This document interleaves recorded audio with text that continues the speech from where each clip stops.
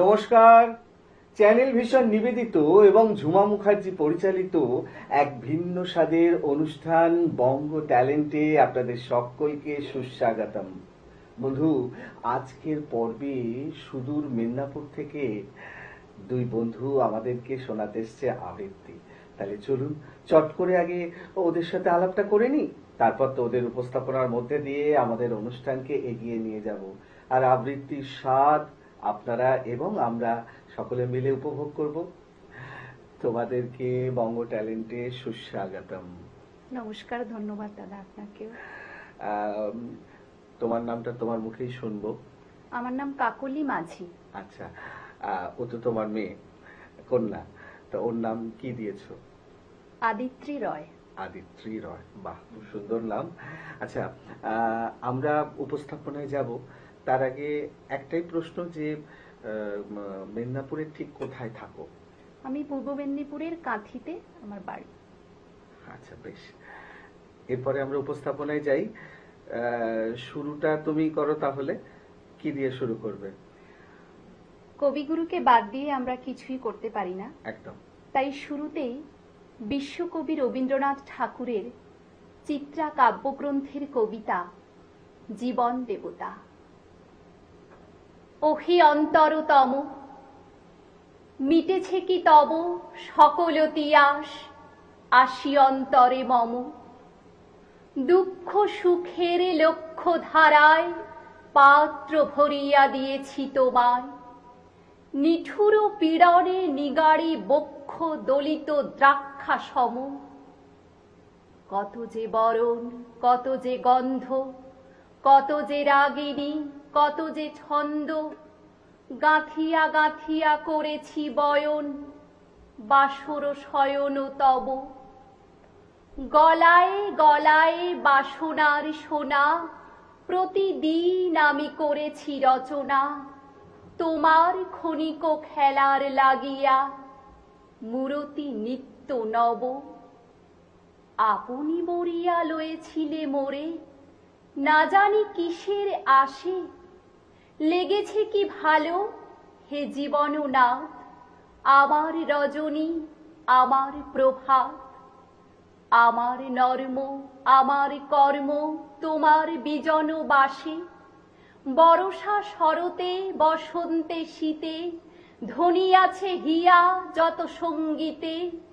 শুনেছ কি তাহা একেলা বসিয়া আপন সিংহাসনে?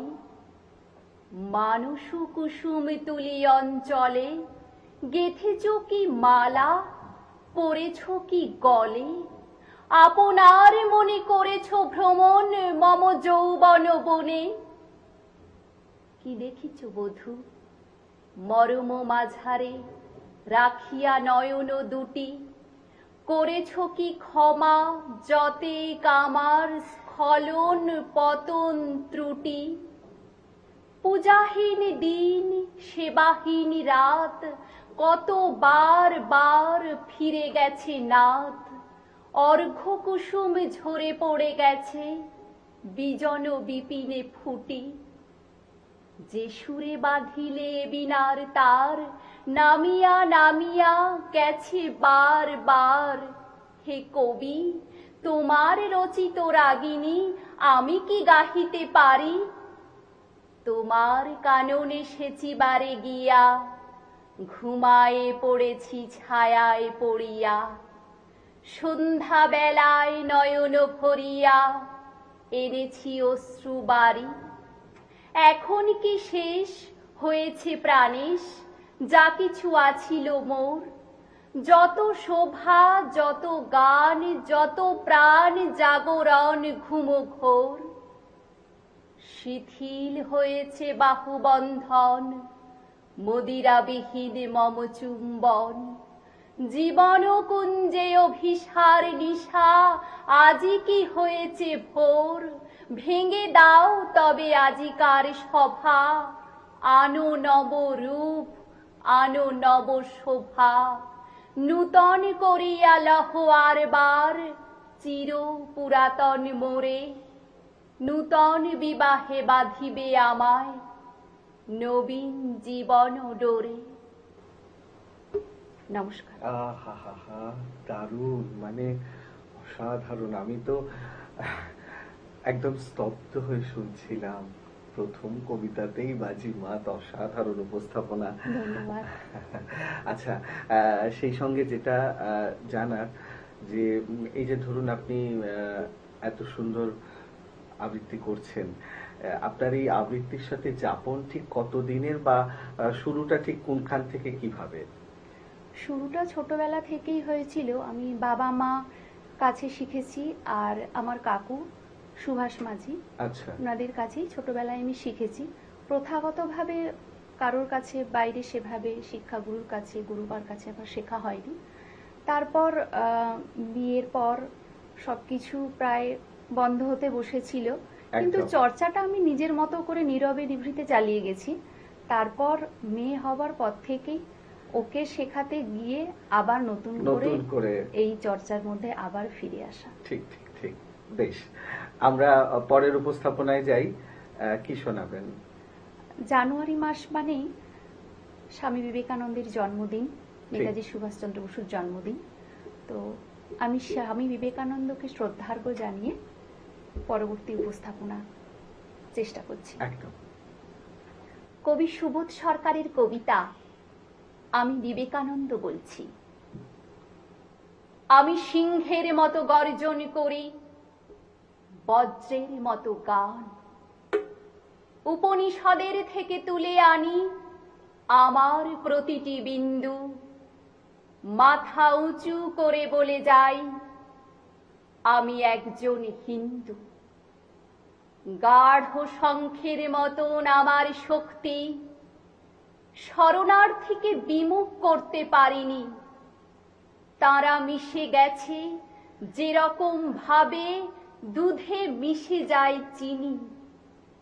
হোক না হেলেন, হোক না ইহুদি, হোক বলিভিয়া চীন, জীবন পেয়েছে দুব্য ঘাসের স্পর্শে আমার ভারতবর্ষে। উপনিষদের থেকে তুলে আনি আমার প্রতিটি বিন্দু, মাথা উঁচু করে আমি বলে যাই আমি গর্বিত হিন্দু। আমার শরীরে মেথর রয়েছে, আমার শরীরে মুচি, আমার শরীরে সবর এসেছে, ধবনী হয়েছে সূচি। দুমুঠো অন্ন যদি পাই আমি তোমাকে না দিয়ে পারি, তমসার তীরে মন্ত্র পড়েছি, মারতে পারিনি মারি। উপনিষদের থেকে তুলে আনি আমার প্রতিটি বিন্দু, মাথা উঁচু করে আমি বলে যাই আমি একজন হিন্দু। বর্গীরা এসে খেয়ে গেছে ধান, অভুক্ত হয়ে থেকেছি। না খেতে পাওয়া প্রতিটি শিশুর মধ্যে দেখেছি ভগবান। আমি তোমাদের, আমি বিপদের, আমি অভাগার, আমি ম্লেচ্ছের, আমি যবনের, আমি খ্রিস্টের, রাজবংশের, রাজবংশীর আমি রক্ষক। আমি ভগবত গীতা, কাব্যে মহান, জীবনে উপেক্ষিতা। ইরানের থেকে, ককেশাস থেকে, মরুগান্ধার মিশরের থেকে, মাচু পিচু আর মেক্সিকো থেকে, বাউলের থেকে, ফকিরের থেকে, হরিয়ানা থেকে, হরিনাভি থেকে, যাদবপুরের ক্যান্টিনে গানে রাহুবান থেকে সুরনিশ, লাহোরের সুরে ভাটিয়ালি করি কুর্নিশ। আমার ভিতরে ঠুংরি ভজন, আছে রাম, আছে সীতা। আমার ভিতরে আল্লাহ রয়েছে, আছে ভগবত গীতা। সাকান্ন খাই, তুমি খাও পশু পাখি, তাই বলে হব ক্রুদ্ধ। আমি শরণাং বুদ্ধ, ওম শরণাং বুদ্ধ।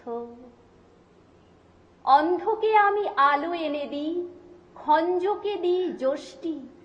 গৃহ করে দাও, গৃহ নয়, ওরে গৃহ নয় এই বস্তি। ডাক দলিতকে, বামুনকে ডেকে আনতো, এক থালাতেই ওদের জন্য রেখেছি বেদ বেদান্ত। গরিবের ঘরে ভূমিষ্ঠ হলো যিশু, ভেসে আসে তার কান্না। কান্নার কোনো জাত আছে নাকি, আছে নাকি হিরে পান্না? মায়ের দুধের চাইতে মহৎ আছে নাকি কোনো ধর্ম?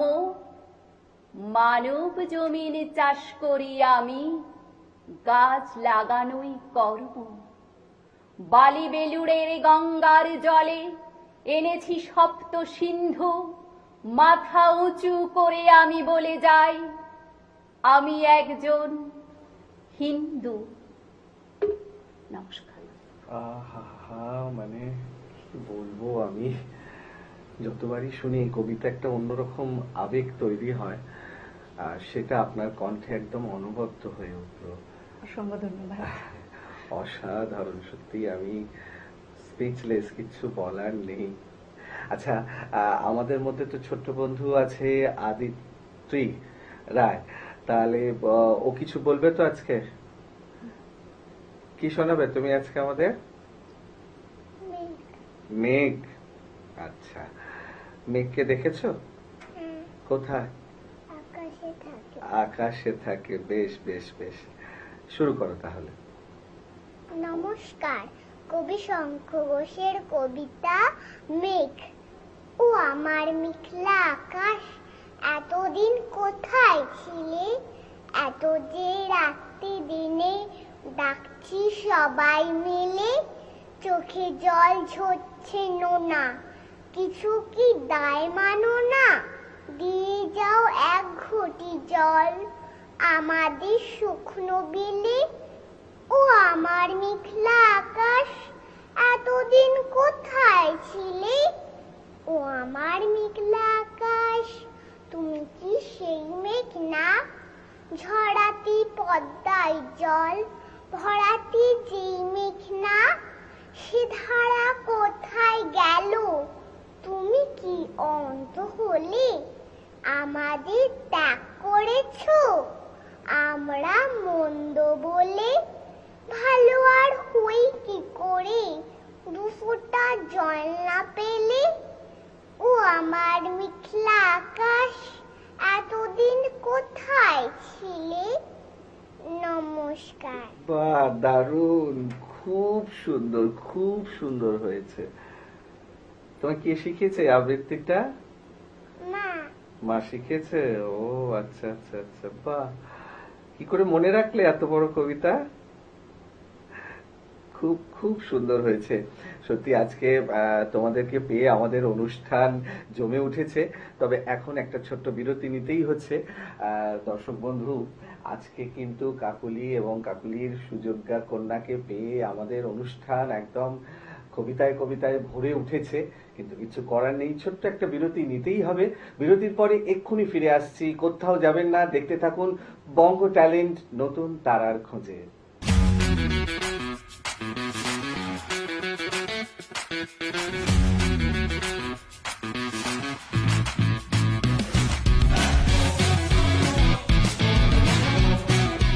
বিরতির পর আবার ফিরে এলাম আপনাদের প্রিয় অনুষ্ঠান বঙ্গ ট্যালেন্টকে সঙ্গে নিয়ে। আর সঙ্গে তো আছেই কাকুলি এবং কাকুলির মানে সুযোগ্যা কন্যা আদিত্রি রায়। এবারে তোমার কাছেই যাই, কি শোনাবে বলো?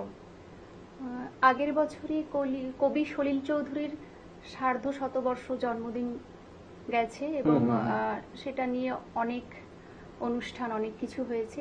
উনাকেই শ্রদ্ধার্ঘ্য জানিয়ে আমি কবি সলিল চৌধুরীর কবিতা একটা শোনাচ্ছি। বেশ, শুরু কর। কবি সলিল চৌধুরীর কবিতা একগুচ্ছ চাবি।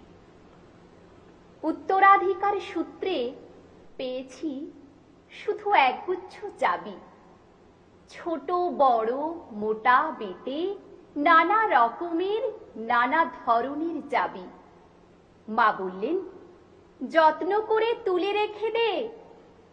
তারপর যখন বয়স বাড়ল, জীবন এবং জীবিকার সন্ধানে পথে নামতে হলো, পকেটে সম্বল শুধু সেই একগুচ্ছ চাবি। কিন্তু যেখানেই যাই সামনে দেখি প্রকাণ্ড এক দরজা, আর তাতে ঝুলছে প্রকাণ্ড এক তালা। পকেট থেকে চাবির গুচ্ছ বের করি, এ চাবি সে চাবি, ঘোরায় ফেরায়, লাগে না, খোলে না। শ্রান্ত হয়ে ঘরে ফিরি। মা দেখেন আর হাসেন, বলেন, ওরে তোর বাবার হাতেও ওই চাবি দিয়ে ওই দরজাগুলো খোলেনি? শুনেছি নাকি তার বাবার হাতে খুলতো। আসল কথা কি জানিস? এসব চাবি হলো সততার, সত্যের, যুক্তির, নিষ্ঠার। আজকাল আর ওই চাবি দিয়ে এসব দরজাগুলো খোলে না। তবুও তুই ফেলে দিস না। তুইও যখন চলে যাবি তোর সন্তানদের হাতে দিয়ে যাস এসব চাবির গুচ্ছ। হয়তো তাদের হাতে, হয়তো কেন, নিশ্চয়ই তাদের হাতে একদিন এই সব সততার, সত্যের, যুক্তির, নিষ্ঠার চাবি দিয়ে জীবনের বন্ধ দরজাগুলো খুলে যাবে, খুলে যাবেই। নমস্কার।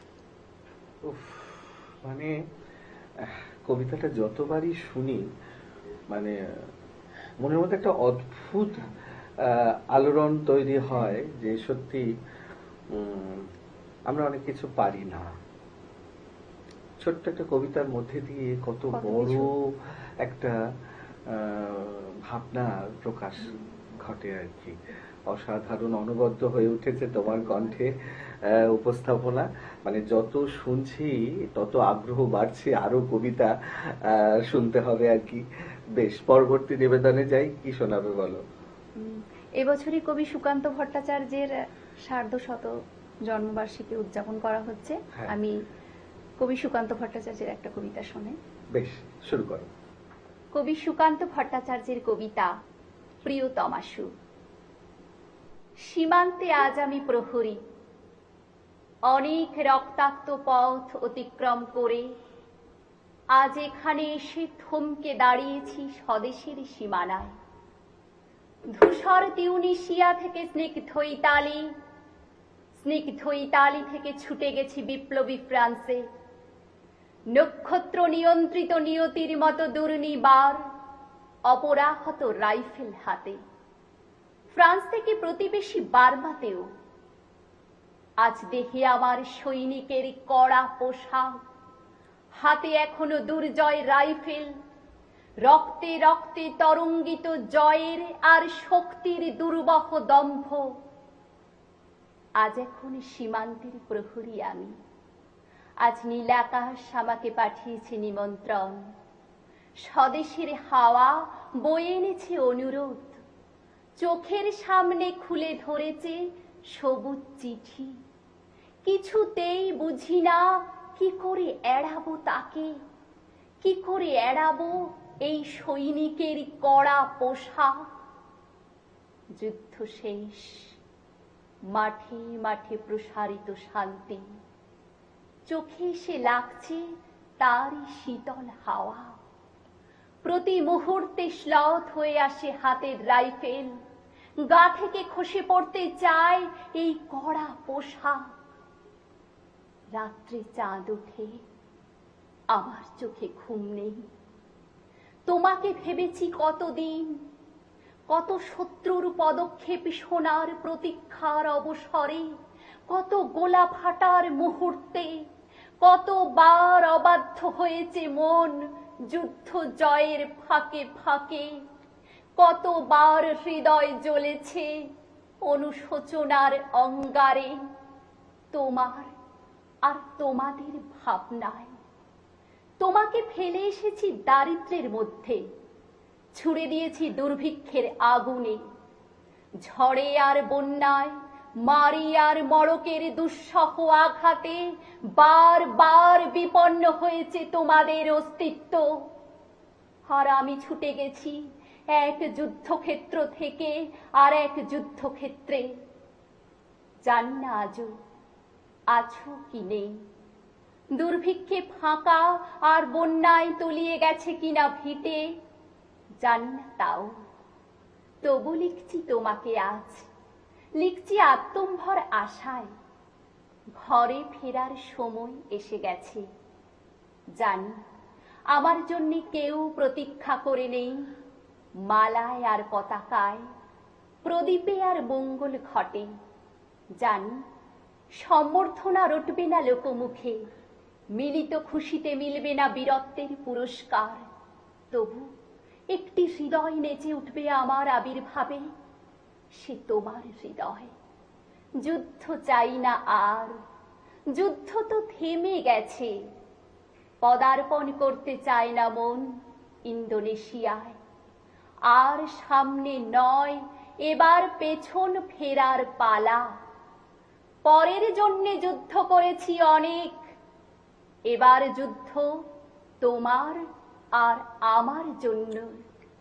প্রশ্ন করো যদি এত যুদ্ধ করে পেলাম কি, উত্তর তার তিউনিসিয়ায় পেয়েছি জয়, ইতালিতে জনগণের বন্ধুত্ব, ফ্রান্সে পেয়েছি মুক্তির মন্ত্র, আর নিষ্কণ্টক বার্মায় পেলাম ঘরে ফেরার তাগাদা। আমি যেন সেই বাতিওয়ালা, যে সন্ধ্যায় রাজপথে পথে বাতি জ্বালিয়ে ফেরে, অথচ নিজের ঘরেই নেই যার বাতি জ্বালার সামর্থ্য। নিজের ঘরেই জমে থাকে দুঃসহ অন্ধকার। নমস্কার। ওফ, দারুণ, মানে স্পিচলেস, আমি কিছু বলতে পারছি না। আমি স্তব্ধ হয়ে শুনছিলাম তোমার আবৃত্তি। মানে মানে তোমার কন্যা হওয়ার পরে যে কামব্যাক কবিতায়, সেটার সত্যি প্রয়োজন ছিল। মানে ওকে উপলক্ষ করে নিজেরটাও চর্চা করা বা অভ্যাস করা। অসাধারণ, অনবদ্য উপস্থাপনা। মানে খুব সত্যি কথা বলতে মনে হচ্ছে যেন আজকে আরো কবিতা শুনেই যাই, কিন্তু কিছু তো করার নেই। সময় একদমই শেষ, এবারে বিদায় নেওয়ার পালা।